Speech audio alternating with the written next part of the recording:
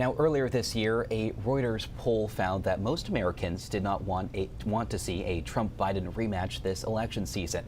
On top of that, Pew Research ran its own poll last summer, which showed that 63% of U.S. adults expressed not too much or no confidence at all in the future of our political system. So it's clear there is political fatigue. I spoke with psychologist Dr. Colleen Sear about the effects of a constant sense of stress and how to protect your own mental and physical health. When we are feeling stuck, helpless, hopeless, what happens is that our body and brain decide that we're experiencing a threat, and they flood our body with stress chemicals, with adrenaline, with cortisol. And that is good. It makes sense if we're trying to run away from a bear in the woods, or we need to fight an assailant in the dark.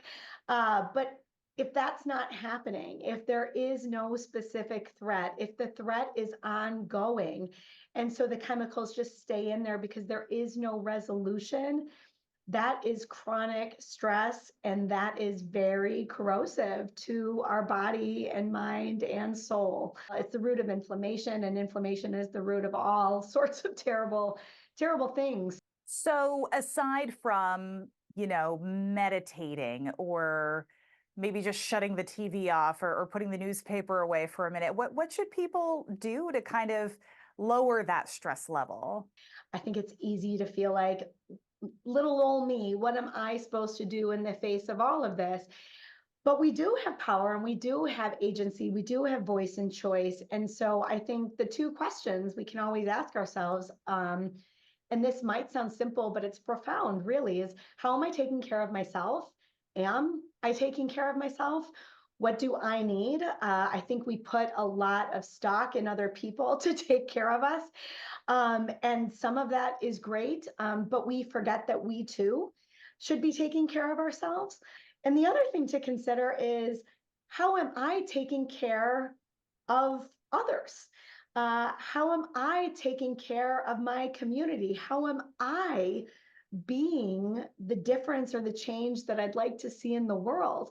If what we have doesn't work, and it's clear that a lot of people think it doesn't work, that can be scary and cause us uncertainty. But it also opens up this whole big other question about what else might work.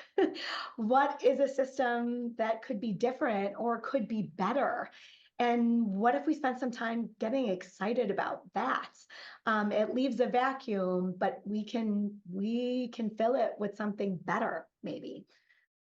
One more piece of advice from Dr. Sear is to have conversations with people who have different views than you. She says hearing about other experiences helps us grow, but never force yourself to listen to someone who is just being abusive with their words.